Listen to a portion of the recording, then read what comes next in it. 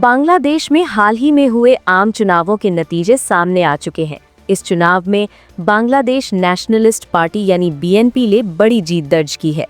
ये नतीजा सिर्फ बांग्लादेश की राजनीति तक सीमित नहीं है, बल्कि इसका असर सीधे तौर पर इंडिया पर भी पड़ सकता है। भारत और बांग्लादेश के रिश्ते लंबे समय से सहयोग, व्यापार और सांस्कृतिक जुड़ाव पर आधारित रहे हैं। दोनों देशों के बीच सीमा सुरक्षा, नदी जल बंटवारा, व्यापार समझौते और रणनीतिक साझेदारी जैसे कई महत्वपूर्ण मुद्दे जुड़े हुए हैं। अब जब बांग्लादेश में नई सरकार बनी है, तो भारत के लिए ये देखना जरूरी होगा कि नई नेतृत्व की सोच क्या है। क्या दोनों देशों के रिश्ते पहले जैसे मजबूत रहेंगे या फिर नीतियों में कुछ बदलाव देखने को मिल सकता है। विशेषज्ञों का मानना है कि बीएनपी की सरकार भारत के साथ संबंधों की नई समीक्षा कर सकती है। हालांकि दोनों देशों के आर्थिक और सुरक्षा हित इतने गहरे जुड़े हुए हैं कि पूरी तरह से कोई बड़ा बदलाव आसान नहीं होगा।